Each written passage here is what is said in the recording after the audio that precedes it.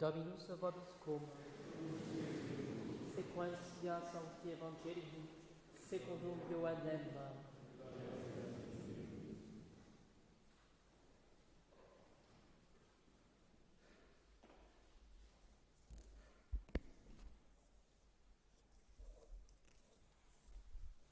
En ce temps-là, les chefs des prêtres décidèrent de tuer aussi Lazare, parce que beaucoup de Juifs les quittaient à cause de lui et croyaient en Jésus. Le lendemain, la foule des champs venue pour la fête apprit que Jésus se rendait à Jérusalem. Ils prirent des branches de palmier et sortirent à sa rencontre en disant « Hosanna, béni soit celui qui vient au nom du Seigneur, le roi d'Israël. » Jésus trouva un ânon et s'assit dessus. Selon qu'il est écrit, « Ne crains pas, fille de Sion, voici venir ton roi, assis sur le petit d'une ânesse. » Les disciples ne comprirent pas tout d'abord ces choses, mais lorsque Jésus fut glorifié, ils se souvinrent que cela leur avait été dit de lui et qu'on l'avait accompli à son égard. La foule qui était avec lui lorsqu'il avait appelé Lazare hors du tombeau et l'avait ressuscité des morts en rendait témoignage. C'est pourquoi la foule vint à sa rencontre parce qu'ils avaient appris qu'il avait accompli ce signe. Alors les pharisiens se dirent entre eux, « Vous le voyez, nous n'y gagnons rien. Voilà que tout le monde le suit. » Il y avait là quelques païens. Parmi ceux qui montaient pour adorer durant la fête, ils abordèrent Philippe, qui était de Bethsaïde en Galilée, et lui firent cette demande, « Seigneur, nous voudrions voir Jésus. » Philippe va le dire à André. André et Philippe vont le dire à Jésus. Jésus leur répondit, « Elle est venue l'heure où le Fils de l'homme doit être glorifié. En vérité, je vous le dis, si le grain de blé ne tombe en terre et ne meurt, il reste seul. Mais s'il meurt, il porte beaucoup de fruits. Qui sème soi-même se perd, et qui se hait en ce monde se gardera pour la vie éternelle. Si quelqu'un me sert, qu'il me suive, et là où je suis, là aussi sera mon serviteur. Si quelqu'un me sert, mon Père l'honorera. Maintenant, mon âme est troublée. Et que dirais-je, Père, sauve-moi de cette heure. Mais c'est pour cela que je suis arrivé à cette heure. Père, glorifie ton nom. Alors du ciel vint une voix, je l'ai glorifié et je le glorifierai encore. La foule qui se tenait là et qui avait entendu disait que c'était un coup de tonnerre. D'autres disaient, c'est un ange qui lui a parlé. Jésus reprit, ce n'est pas pour moi que cette voix s'est fait entendre, mais pour vous. C'est maintenant le jugement de ce monde. C'est maintenant que le prince dans ce monde va être jeté dehors, et moi, quand j'aurai été élevé de terre, j'attirerai tout à moi. Jésus signifiait par là de quelle mort il allait mourir. La foule lui répondit alors, « Nous avons appris de la loi que le Messie demeure éternellement. Comment peux-tu dire, il faut que le Fils de l'homme soit élevé? Qui est-il, ce Fils de l'homme » Alors Jésus leur dit, « Encore un peu de temps, et la lumière est avec vous. Marchez tant que vous avez la lumière, afin que les ténèbres ne vous saisissent point. Celui qui marche dans les ténèbres ne sait où il va, tandis que vous avez la lumière. Croyez en la lumière, et vous serez fils de lumière. » Ainsi parla Jésus quand il partit et se déroba à leurs yeux.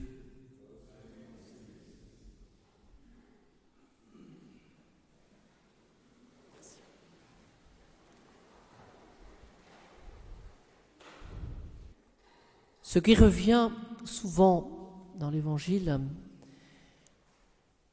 c'est que les pharisiens craignaient une chose.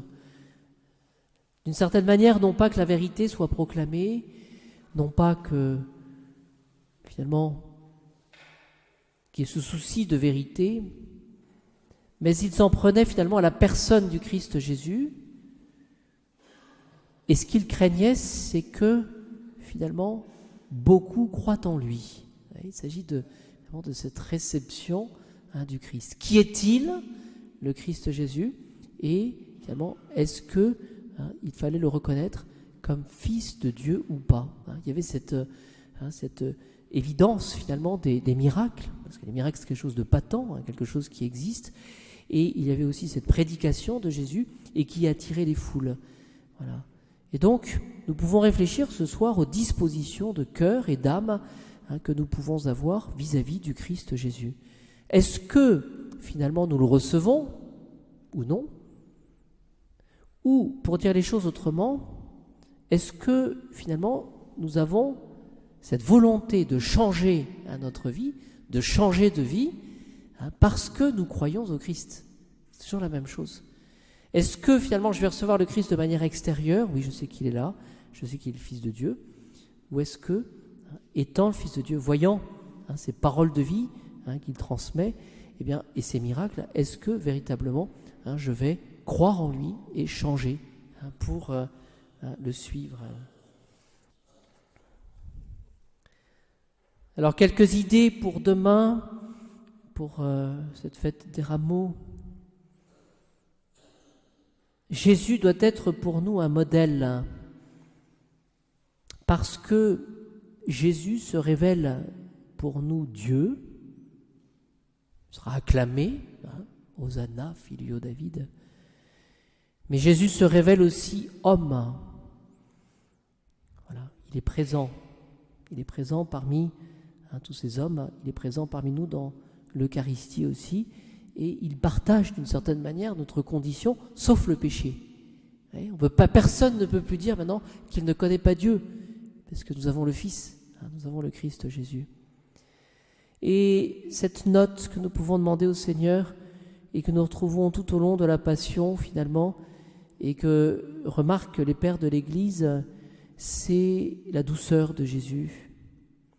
Douceur de Jésus pour les égarés, voilà, ceux qui sont perdus. Douceur pour les âmes déchues, celles qui étaient justifiées d'une certaine manière et celles qui sont tombées par le péché.